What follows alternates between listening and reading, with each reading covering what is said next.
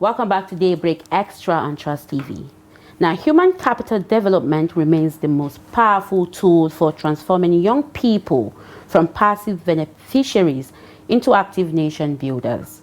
As Nigeria faces rising unemployment, skill gaps, and limited opportunities for youth, investing in education, training, mentorship, and capacity building has become more urgent than ever. So the conversation is no longer just about giving youth a chance. It is about equipping them with the skills, competencies, and mindset needed to compete globally, lead locally, and drive a sustainable development.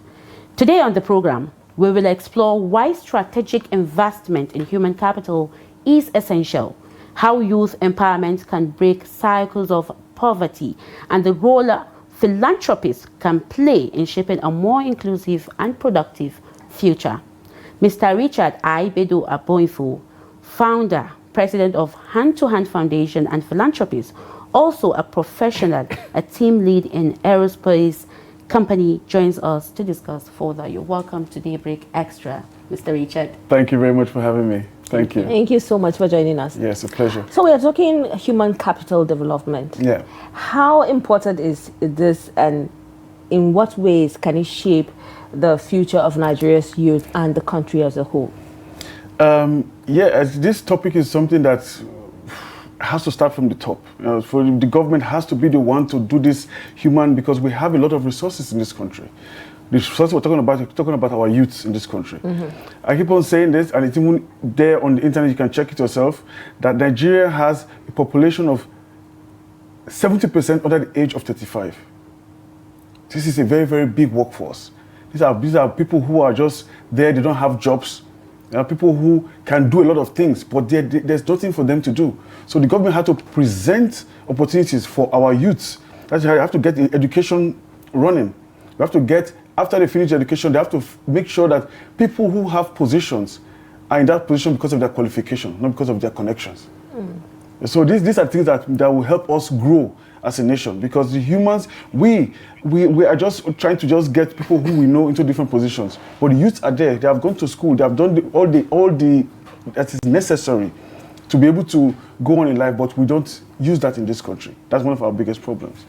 So speaking about this, will you say, or will I say, this is what motivates you to invest in human capital development?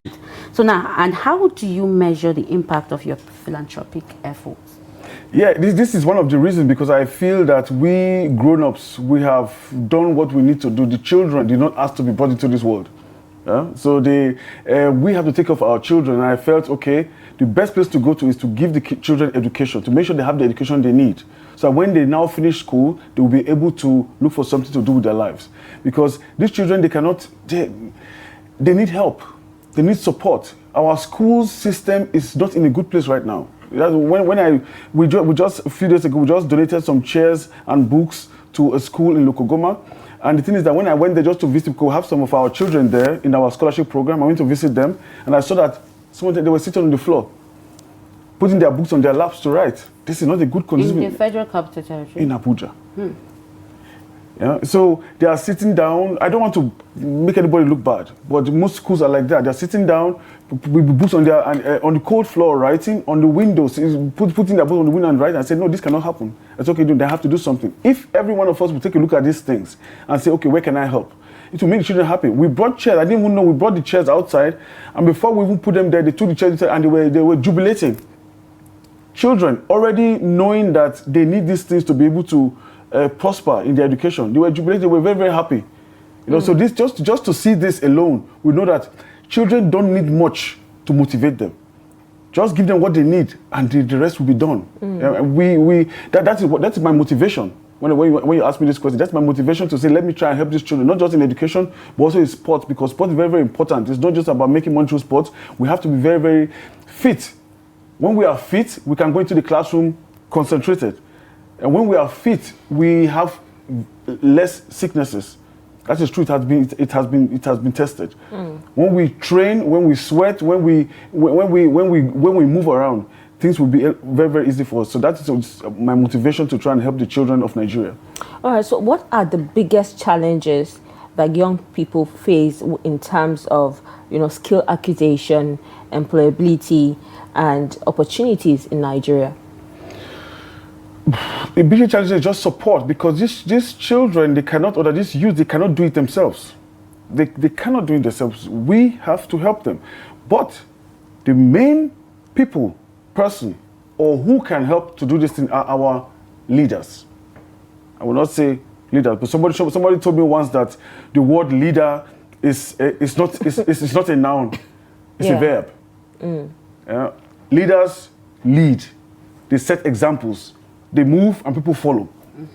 But I don't know how it is in our country right now. The leader just, for example, you give a contract, okay, let us go and buy books for a school. Oh, write the contract down, give it to people to the people. Okay, go and do it, and they sit down. The money gets to the next person, it's already half. Get to the next person, already half. What we need from our leaders is for them to follow up. Maintenance culture is what we need in this culture. If we have maintenance culture, 80% of our problem will be solved. Just saying that as exaggerated. A lot of things will be solved because people will follow up on things. You want to help, you want to build roads, follow up. Okay, I'm giving 100 million to build road. Okay, I go there, I check up on it. How far? What are we doing here? Don't just give it and say, go and build road and just forget it. That's what we do. And that is the only way we can help our children. You want to build a good school, you want to get education, we have to help our teachers. The teachers need support. We have to help our professors. We have to help the infrastructure of the school.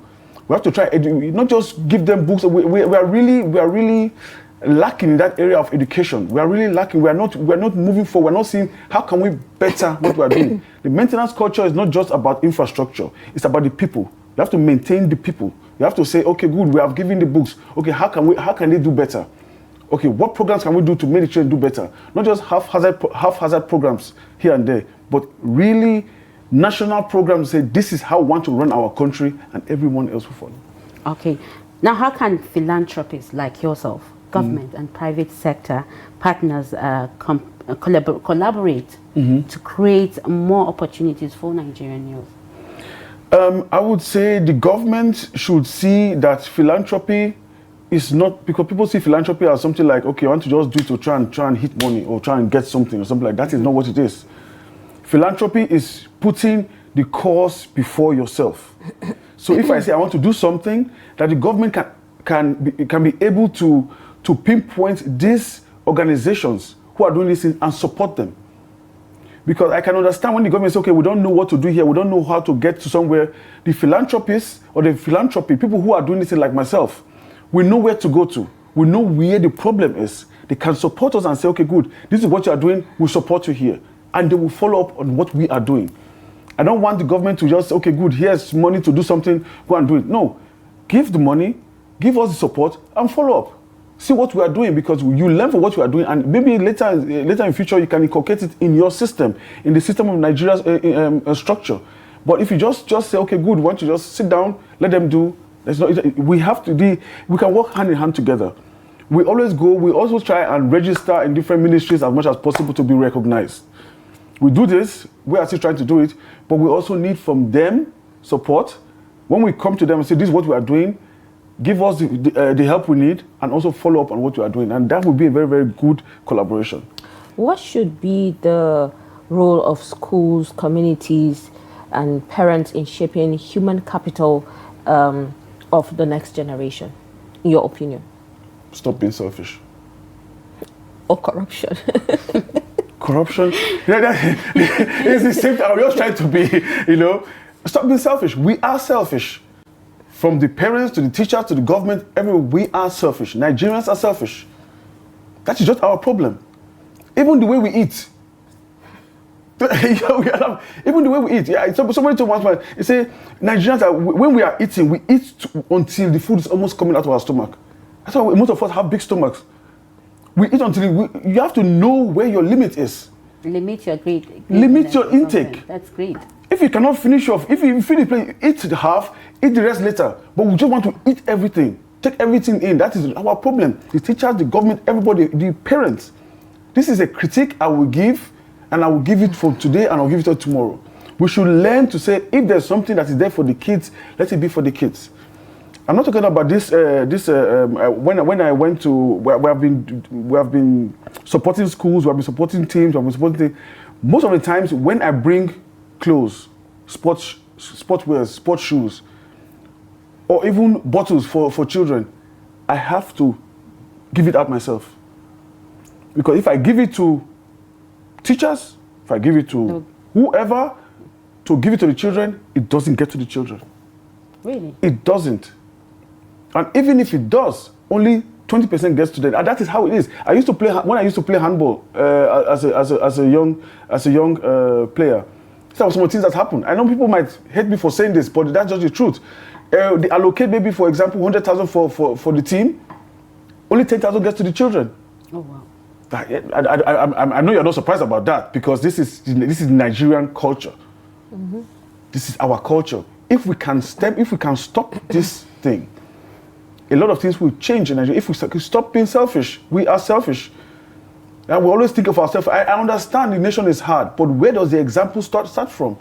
I know the government has to do something, but what do we have to do? If we have a good governance tomorrow, a good structure tomorrow, and our mentality remains the way it is, that structure is null and void. It doesn't make sense. Because if we have a good structure with a bad mentality, we are going to corrupt it. So both work hand in hand. A new structure, a new way of seeing the government, and also a new way of thinking about ourselves, loving ourselves, your neighbor, and not just your family, but your neighbor, seeing that the person next to you is not suffering. That is just one of the ways we can go forward. Sorry, I'm just being a little bit emotional about this, but it's painful. Mm-hmm. To sit from the sidelines from where I live in Germany to see how we are being talked about. It's when they now get to know you as a person, they'll say, oh, okay, good, you're not like other Nigerians. I say, I'm a Nigerian. Yeah? Most of us are like this, but they always see the bad picture of Nigeria. Okay, so do you see opportunities for Nigerian youth and children in the global economy? And if yes, how can they be prepared to seize and achieve these opportunities? The Nigerian youth are already in the global community. That's one thing. But they are not doing what they are doing for Nigeria. We have a lot of youths who are in America, who are excelling in what they do. We have a lot of youths who are getting scholarships in America because they are just too clever, 16-year-old, 15-year-old, getting scholarship in universities because they are very, very clever. When Nigerians have the support and have the amenities they need to do whatever they are doing, they always excel. Okay, does that mean that the Nigerian government do not really give the youth the support they need until they travel out or something? They don't. If they do, most Nigerians will come back and come to Nigeria and do what they do in other countries and do it in Nigeria. They don't. That is just the thing that is missing in this country. Because most athletes, for example, they do their deeds in England or in Germany or in other countries. Nigerians playing in national teams of England. Nigerians doing playing national teams in Germany or in other things. Why is that? No, we have a lot of people, the most educated foreigners in America are Nigerians. Why? If we have the education here in Nigeria, do you think they will not come? The most doctors we have are in England. If we have a good healthcare system, do you think they will not come? Why are our leaders going somewhere else to take their children out of the country to go to school, or when they are sick they leave the country? Why can't we do that here? We have the resources to do this here, and when we do that, Nigeria will be a greater nation as it is right now. So, mentorship is one thing that we always talk about. Yeah. And I would like to know how important mentorship is when it comes to shaping the confidence, the vision and capacity of the next generation of leaders, of course. Yeah, of course. Mentorship is very, very important. Because most of the time when people have finished their school, university, they don't know what to do. They need a guideline. Where do I go? What do I do after I finish? And this is what is also missing with us. We finish the school, what now? If I don't have connections, I have nothing. After school is not the end. There should be a mentorship program that should be supported. There are lots of philanthropists. I also know some of them. There are a lot of NGOs or foundations who do this. When people finish school, they mentor them, say, okay, this is the way to go. Because most of us study things. You study biology, you're working as an accountant. Just because you have the degree and you can articulate, you can write, you do something else. That is not right. When somebody studies something, he should be able to do that thing when he finishes. So there should be a mentorship program ready for the kids when they finish university. So, Mr. Richard, how can youth empowerment programs like the ones you do help break cycles of poverty in Nigeria? And what specific skills or training do you believe are essential for Nigerian youth to drive sustainable development? Wow, that's a packed question. Yeah. To give it to you. That's a packed question. Well, actually, in this case, I just believe that youth empowerment starts first of all from the youths themselves. You have to know what you are looking for. You have to know what you want. This is something that has to also happen in the school already. So that's why our education system has to be improved. Not just the infrastructure of the education system. We have many private schools, but that's not the case. Everybody should be able to go to school. It's the right of every child to be able to go to school, or to go to university or polytechnic, or to go to school to end up where you want to end up. And everything we're talking about, the empowerment starts from the school. The programs start from the school. Sports, programs, competitions for the children. Reason for them to get up in the morning and say, okay, good, I want to go and do this competition. I want to do this spelling bee. I want to do this mathematics competition. These are things they need already in the school. We have to also learn to work as a team in the school. Because I found out that they are not teamwork programs in the school. It's everyone for himself. In Germany, when I was studying in Germany, we always have programs in our classes, working together, groups working together to learn to work together. And that's why also sports is also very, very important. As a sportsman, you're playing football, you're playing handball, you're playing basketball, a team sport. You know how it is to work with your colleague. Even if you don't like him, but I know I need this man. Yeah, it enhances teamwork. Teamwork. It enhances teamwork. I know I don't like him, but I know I don't like the way he's being, but I need him. So I will learn to work with him. I will not just try and sabotage him because I know I don't need him, but because that's what we do. We sabotage the next person because, okay, good, I'll just, because I don't want it, I'll just sabotage him. And then the project will be there, nothing will happen. This is what they do. That is how continuity happens. Like in other countries, we don't have continuity. We don't have this maintenance to continue something, what we are doing. Because we just put it there and just end it like that. It has to continue. We don't just start something, we start building a road, okay, because the next person comes in, just ignore it. It has to finish. So how do we ensure that human capital development programs are accessible to young women, and especially in conservative areas or communities? They send people out there. They just need to send people out there to these communities. They need to, because internet, most of these rural areas, they don't use internet. Most of them don't have smartphones. They have old phones. They have to send people out there and set a program and let them know, okay, this is where you have to go when you need this. This is where you have to go when you need this. The government has to be proactive. I keep on saying government. Before I used to say, we as a people should do for ourselves. The government cannot do everything. I know, that is also a fact. But we as a people cannot do everything. The government also has to do something. It's a hand, we have to work together to be able to do these things. So if the government just be proactive in what they do, a lot of things will change. If you are proactive, you go out there and say, okay, we need this. Okay, we want to do this in this rural area. Let us come and do something. Get different people. There are philanthropists who are ready to help and just really do it. Don't just say because it's an agenda. An agenda, you just, okay, we just write it down. Okay, good. Let's just send some people there and, okay, take some pictures and it's finished. No, you have to really get down to the root cause of the problem.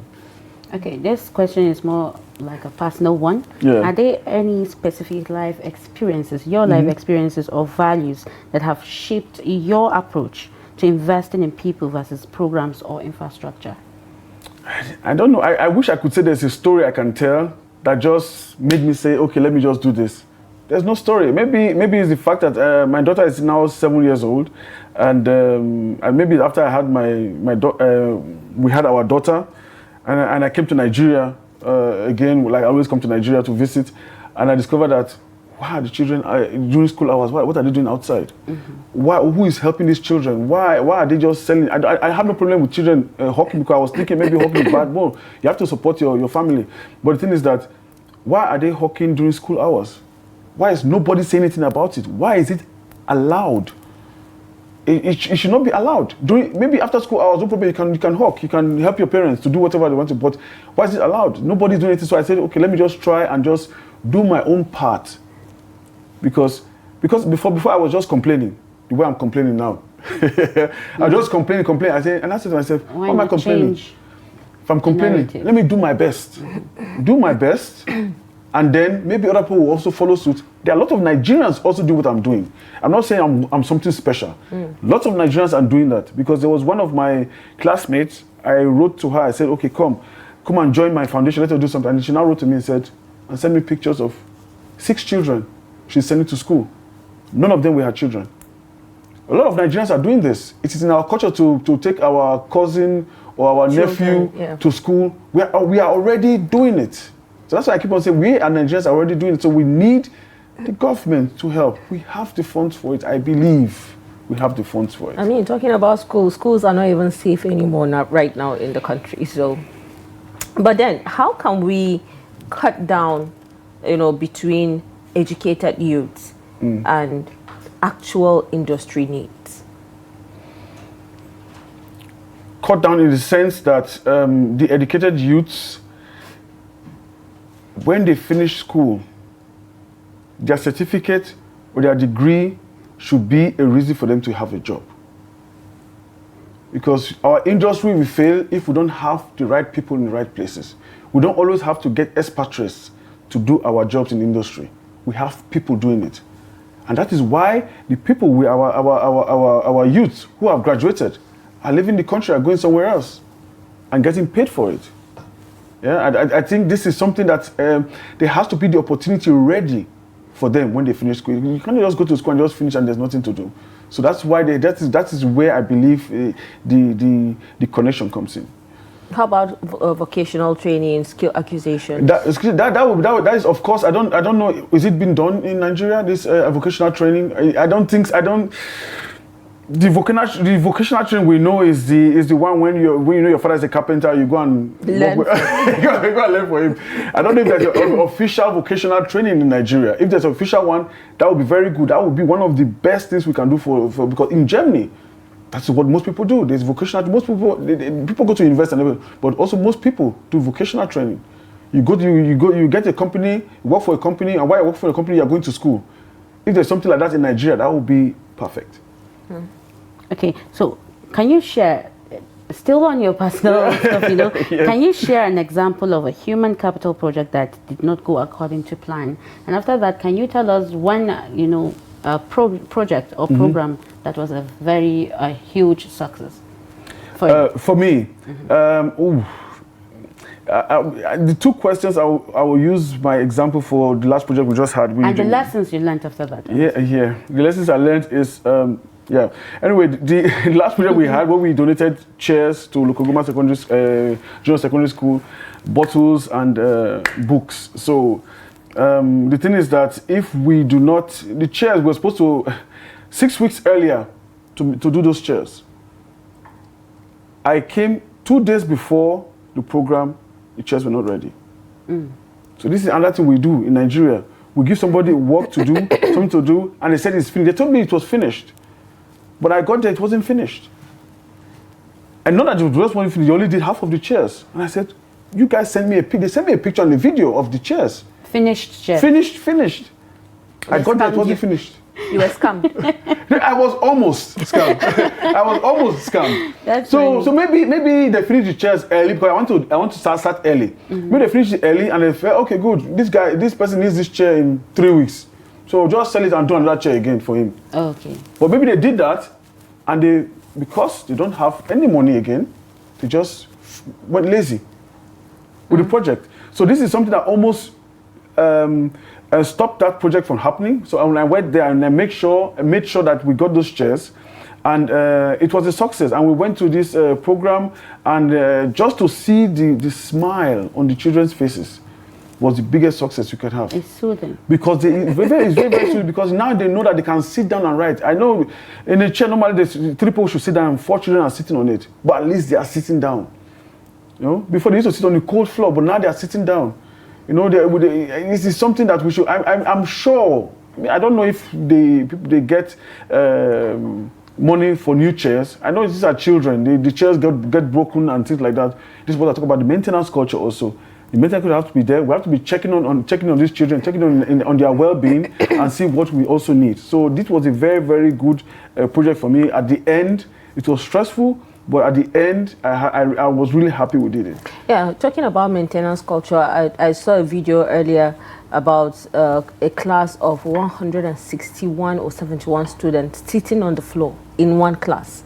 And aside from that, I also saw the video of the governor of Jigawa State going around to check the projects that he has assigned to people, which is good. Literally looking at how they have built, and it was terrible. Yeah. And he kept cautioning them on that. But then, how can Nigeria now learn from the lessons of other countries that have, you know, invested in human capital development for growth? And first of all, that's what this Jigawa governor did. I think it's a very, very noble thing. I think he should keep on doing it. I think other people should follow suit, because that is the only way you can make people accountable for what they do. So going out and say, okay, good, I've given money for this. Where is the thing I said you should do? And that is good. So that the next time he says, okay, do something, people will know, oh, this man is coming to check. Yeah. So this is what we really need.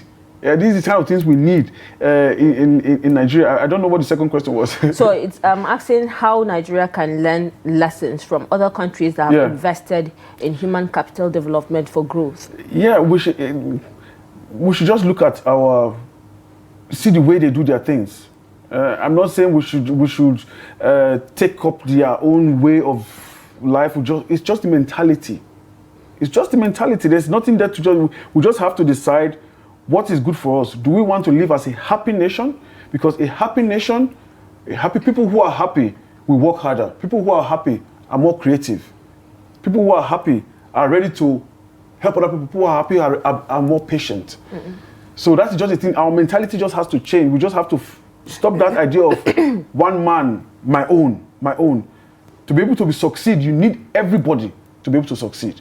And I think also, I don't only have to look out to other countries to know what we should do. I'll look into our own nation, what we used to do. War against indiscipline, for example. We used to do that. Every street was always clean. Everywhere was always clean. On the last Saturday of every sanitation. Yeah. Was always clean. We were doing that for years. Why did we stop it? It is not something bad. Nobody is making money from it. It is something that for our mentality. There are states that still do that, still carry out the sanitation. So it has to be a nationwide something. So if we have to change our mentality, we need the government to enforce this thing. For example, maintenance culture will say, okay, if we give you a contract, we have a task force to be checking these contracts we give to you. You can imagine what will happen. And the people checking these contracts will also be controlled also. It is not as difficult as we think. Maintenance culture is not as difficult as we think. We just have to get up and move. And things will change.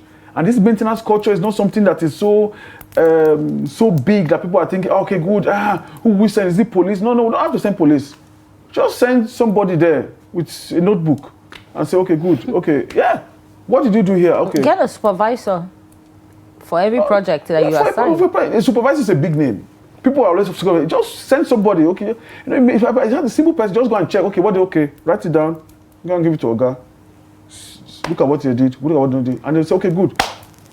But like you said, it could be, possibly because of selfish interest for some people. They don't really go back to check to see what, this project are and how they are being carried out. Like you said, money gets cut off the more it passes by different hands. Because we, like I said, we get too full easily. We have a contract, we just, okay, this is the contract, okay, I have my own payment from this contract, go. My own percentage, yeah.